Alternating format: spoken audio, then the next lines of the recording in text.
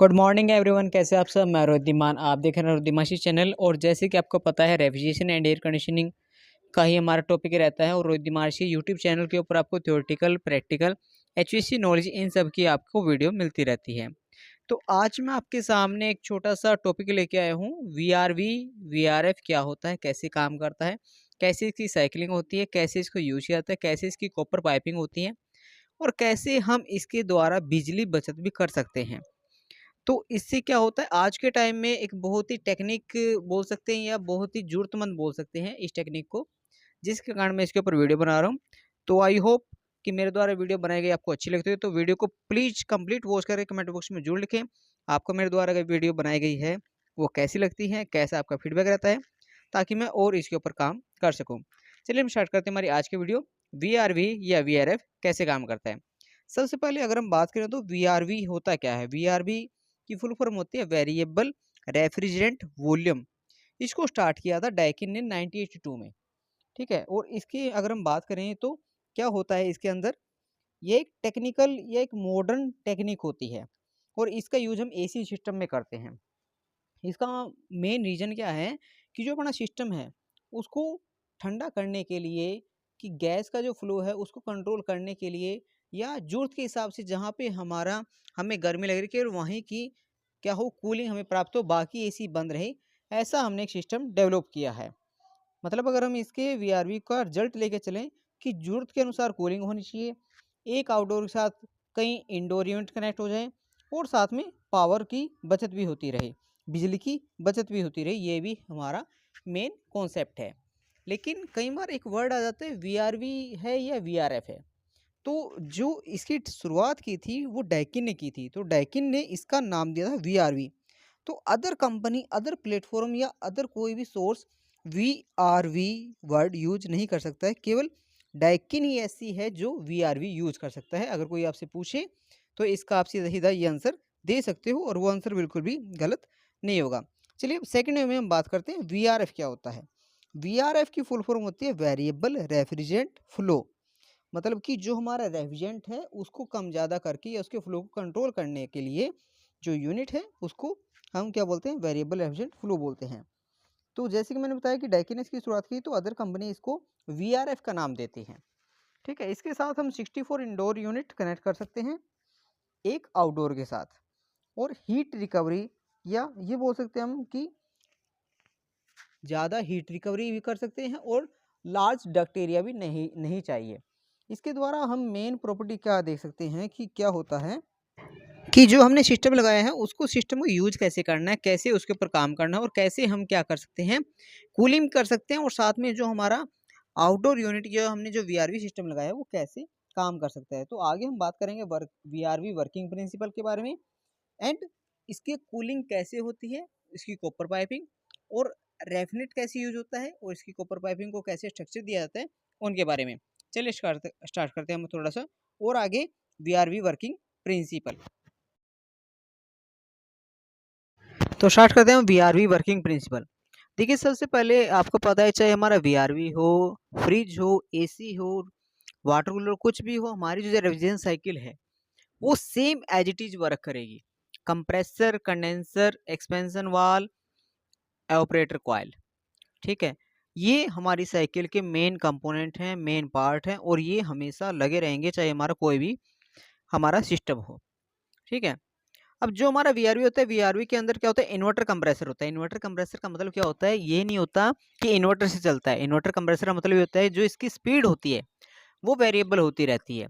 Variable का मतलब क्या है, अकॉर्डिंग टू हीट लोड वो कम ज़्यादा होती रहती है। जैसे हम किसी रूम में बैठ के हमने इंडोर यूनिट चला दिया तो एकदम लोड कहाँ पड़ेगा, कंप्रेसर पड़ेगा, तो ये ऑटोमेटिकली अपनी स्पीड क्या कर लेगा, ज़्यादा कर लेगा।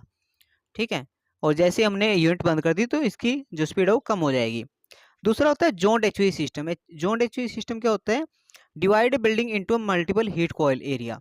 मतलब क्या करता है, मल्टीपल बिल्डिंग को क्या करता है, अलग कर देता है, कि इसके द्वारा, थर्मोस्टेट के द्वारा। ठीक है, क्योंकि जो भी हमारे यूनिट लगे होते हैं, हर एक इंडोर यूनिट में अपने अपने क्या होते हैं, थर्मोस्टेट लगा होता है, कंट्रोलिंग कॉइल लगा होता है, टेम्परेचर सेंसर लगा होता है, जिससे को सेंस करके कूलिंग क्रिएट करते रहते हैं। ठीक है, एंड आगे रेफ्रिजरेंट कंट्रोल। रेफ्रिजरेंट कंट्रोल भी क्या होता है, जब भी हम किसी भी यूनिट को सप्लाई करते हैं या ऑन करते हैं तो रेफ्रिजरेंट वहाँ पे आना स्टार्ट हो जाता है, जिसको कंट्रोल कौन करता है, एक्सपेंशन वाल्व कंट्रोल करता है अकॉर्डिंग टू टेम्परेचर हमने कितना सेट किया हुआ है, और उसी के अनुसार ही क्या होता है, हमारा जो कूलिंग क्रिएट होती है। ठीक है। और इसके अंदर अगर हम बात करें तो सबसे पहले तो हमने डिमांड देनी है, मतलब कि सबसे पहले हमने इंडोर ऑन करना है। कोई भी इंडोर ऑन करने के बाद हमारा क्या होता है, रेफ्रिजरेंट एडजस्टमेंट होता है। रेफ्रिजरेंट एडजस्टमेंट होगा, रेफ्रिजरेंट आना स्टार्ट हो जाएगा। रेफ्रिजरेंट जब भी आएगा तो वहाँ पे जितने भी हीट अब्जॉर्ब है, जितने भी हीट वहाँ पे अब्जॉर्प्शन करनी है, क्योंकि वहाँ पे हमने कूलिंग कैसे होगी, जब तक वहाँ से लेटेंट हीट गायब नहीं होगी, मतलब कि हीट को वहाँ से कौन अब्जॉर्व नहीं करेगा, रेफ्रिजरेंट। तो जब तक वहाँ पे लिक्विड रेफ्रिजरेंट नहीं आएगा, लेटेंट हीट को अब्जॉर्व नहीं करेगा, तब तक वहाँ पे कूलिंग रेट नहीं होगी। तो जैसे ही हम इंडोर यूनिट हमने स्टार्ट किया, थर्मोस्टेट से टेम्परेचर सेट किया, तो वैसे ही वहाँ पे रेफ्रिजरेंट आना स्टार्ट हो जाता है। और जैसे ही कोल्ड रेफ्रिजरेंट वहाँ पे आएगा, लिक्विड रेफ्रिजरेंट वहाँ पे आएगा, तो वहाँ पे लेटेंट हीट को क्या करेगा, अब्जॉर्व करके वहाँ पे कूलिंग क्रिएट कर देगा। क्योंकि जैसे ही हीट वहाँ से गायब हो जाएगी तो ऑटोमेटिकली सी बात है, वहाँ पे कूलिंग हो जाएगी। और जो हमारा लिक्विड रेफ्रिजरेंट आया था, जो हमारा क्या बोलते हैं ठंडा रेफ्रिजरेंट आया था, वो गर्म होके वेपर होके दोबारा से कंप्रेसर के अंदर चला जाएगा। ठीक है। और उसके बाद हमारा जो रेफ्रिजरेंट वापसी गया है कंप्रेसर के अंदर, तो कंप्रेसर काम क्या होता है, low pressure low temperature gas को एवापोरेटर या सक्शन लाइन के माध्यम से खींचकर उसको हाई प्रेशर हाई टेम्परेचर में दोबारा क्या करता है, कंप्रेस्ड करता है, और उसको दोबारा कंडेंसर के द्वारा क्या कहता है, ठंडा किया जाता है। तो ये जो हमारी साइकिल है, ये प्रोसेस चलता रहता है। और जैसे जैसे हम क्या करते हैं, ये टेम्परेचर मेंटेन होता रहता है, वैसे वैसे जो वीआरवी कंप्रेसर की स्पीड है वो भी नॉर्मल आनी स्टार्ट हो जाती है। क्योंकि स्टार्टिंग में टेम्परेचर बहुत ज़्यादा था, तो इस कारण से कंप्रेसर स्पीड बढ़ गई या ज़्यादा काम उसने किया। लेकिन जैसे ही वो टेम्परेचर नॉर्मल होना स्टार्ट हुआ, वैसे वैसे कंप्रेसर की स्पीड भी कम होनी स्टार्ट हो गई। इसीलिए बोलते हैं कि वीआरवी के अंदर जो हमारा कंप्रेसर है वो इन्वर्टर मॉडल होता है, इन्वर्टर वेरिएबल कंप्रेसर होता है, जिसके द्वारा वो ऑटोमेटिकली स्पीड को अप डाउन करता रहता है। ठीक है। कई लड़के आंसर देते हैं कि सर इन्वर्टर बैटरी से चलते हैं एसी, ऐसा नहीं है। इन्वर्टर का मतलब यही होता है कि उसके अंदर जो BLDC मोटर होती है, ब्रूस DC मोटर, ठीक है, तो उसके द्वारा क्या करते हैं, हीट को ऑब्जॉर्व करके वहाँ पे कूलिंग क्रिएट करते हैं। ठीक है। हीट जैसे वहाँ पे कम होगी, ऑटोमेटिकली वहाँ पे कूलिंग क्रिएट होना स्टार्ट हो जाएगी, वहाँ पे कूलिंग हो जाएगी।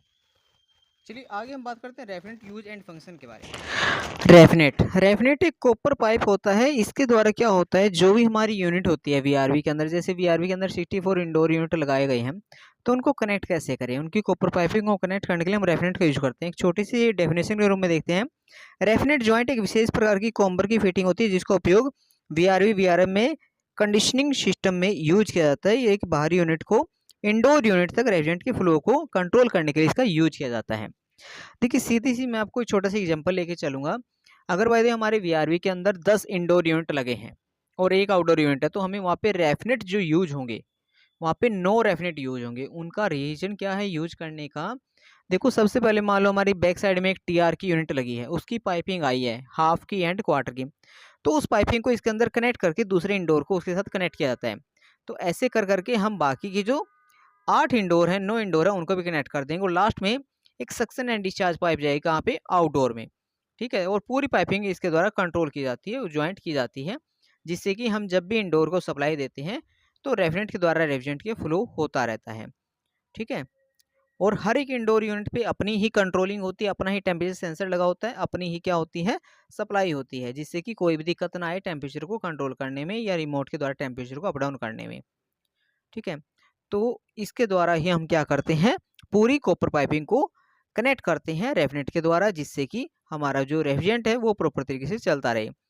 और लास्ट में जाते जाते आउटडोर तक ये जो हमारी पाइप होती है, ये 113, 18, 118 या 138 तक पहुंच जाती है।